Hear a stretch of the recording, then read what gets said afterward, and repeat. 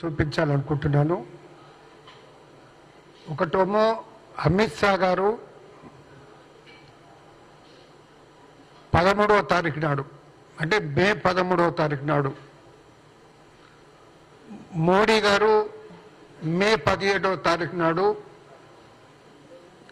ఒక నేషనల్ ఛానల్లో మాట్లాడుతూ, ఇంటర్వ్యూలో మాట్లాడుతూ, స్టాక్ ఎక్స్చేంజ్లో ఇన్వెస్ట్ చేసే మదుపరులను 4వ తారీఖు లోపట మీరు షేర్లలో ఇన్వెస్ట్ చేయండి, లేకుంటే ధరలు ఎంతగా పెరిగిపోతావంటే షేర్ మార్కెట్ ధరలు అవి మీకు అందుబాటులో లేనంతగా పెరుగుతాయన్నమాట వారు చెప్పటం జరిగింది. దానికి సంబంధించిన వీడియోను ముందు మీకు వినిపించాలనుకుంటున్నాను.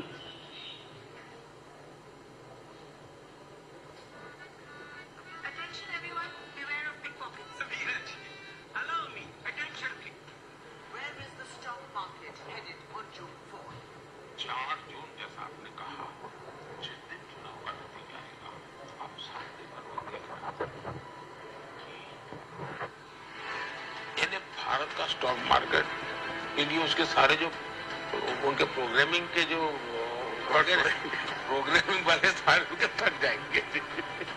Here, PM Modi's advice to investors in the most insightful interview only on NDTV tonight at 8 p.m.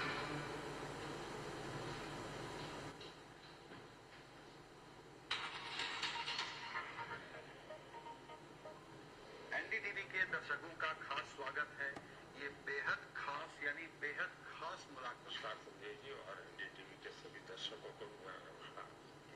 Sir, अब हम 6 चैनल और 7 डिजिटल प्लेटफॉर्म के एक बड़े नेटवर्क को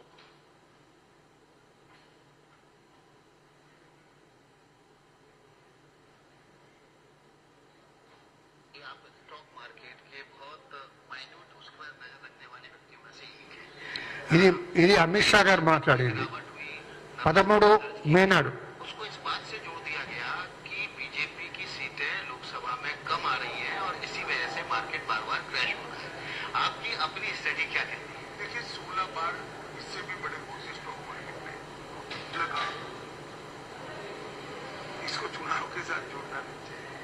खैर, अफवाहों के कारण ऐसा हुआ भी होगा. సో तो 6 जून के पहले आप बाय कर लेना.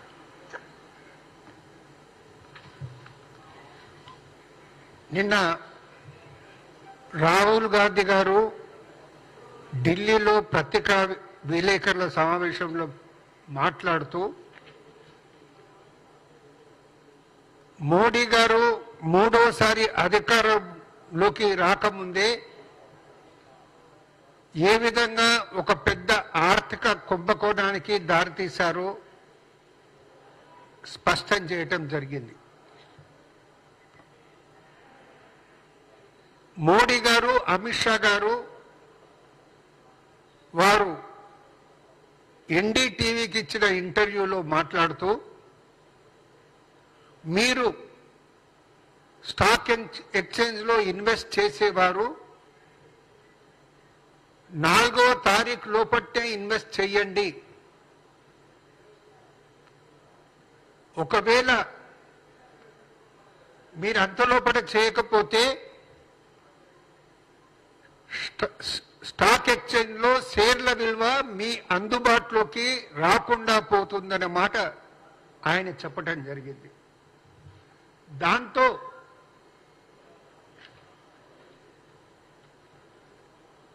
ఎగ్జిట్ పోల్స్ రాగానే ఒకటేసారి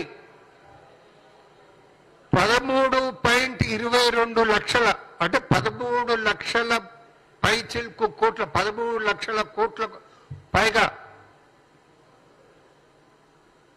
స్టాక్స్ షేర్స్ పర్చేజ్ చేయటం జరిగింది మార్కెట్లో. వీరి ప్రోద్బలంతో ఎగ్జిట్ పోల్లో డెలిబరేట్గా ఆల్మోస్ట్ ఆల్ ఎగ్జిట్ పోల్లో కూడా బీజేపీకి అనేది ఎన్డీఏ కూటమికి 400కు పైగా సీట్లు వస్తాయన్న మాట చెప్పడం జరిగింది. అన్ని ఎగ్జిట్ పోల్లలో ఆ విధంగా ఎక్స్పెక్టేషన్స్ రావడంతో మోడీ అమోషాలు కల్పించిన ప్రలోభాలకు లోనైనటువంటి మదుపరులు 13 లక్షల కోట్ల షేర్లు అనేది ఒక్క రోజునే పర్చేజ్ చేయటం జరిగిందన్నమాట మీ దృష్టికి తీసుకొస్తా ఉన్నాను. కానీ 4వ తారీఖు నాడు యాక్చువల్ రిజల్ట్స్ వస్తుంటే ఆ యాక్చువల్ రిజల్ట్స్ రావటం మొదలు కాగానే ఆ ఒక్క రోజే షేర్స్ అనేది 31 లక్షల కోట్ల పతనం జరిగింది. ఇది సామాన్య ఇన్వెస్టర్స్, సామాన్యులు లాభపడ్డారు, నష్టపోయారు. పెద్ద పెద్ద ఇన్వెస్టర్లు అనేది లాభపడటం జరిగింది. దీనికి బాధ్యులు ఎవరు, దానిపై విచారణ జరపాల్సి ఉన్నదన్నమాట మనవి చేస్తా ఉన్నాను.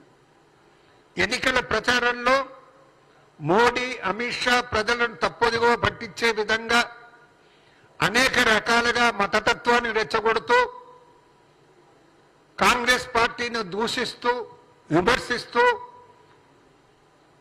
వాళ్ళు ప్రతి సమావేశంలో మాట్లాడటం జరిగింది. ప్రజలను రెచ్చగొట్టే ప్రయత్నం జరిగింది. చివరగా స్టాక్ ఎక్స్చేంజ్లో ఉండే ఇన్వెస్టర్స్ను కూడా వాళ్ళు రెచ్చగొట్టే ప్రయత్నం చేయటం జరిగింది. ఎగ్జిట్ పోల్స్ రాగానే ఏ విధంగానైతే ఇన్వెస్టర్స్ ఎగబడి షేర్స్ కొనుగోలు చేశారో మళ్ళా నెక్స్ట్ డే 4వ తారీఖు నాడు యాక్చువల్ రిజల్ట్స్ రావటంతో ఏ విధంగా షేర్స్ పతనం కావడం జరిగిందో తద్వారా 31 లక్షల కోట్ల నష్టం జరిగింది. దీనికి మోడీ అమిత్ షాలు బాధ్యత వహించాలి. దానిపై సెబీ విచారణ జరపాలి. ఉన్నత స్థాయి విచారణ జరగాలి. దోషులను శిక్షించాలి. ఈ ఫాల్స్ ఎగ్జిట్ పోల్స్ కు కారకులైన వారిని కూడా బుక్ చేయాలన్నమాట కాంగ్రెస్ పార్టీ తరఫున డిమాండ్ చేస్తా ఉన్నాం. Thank you.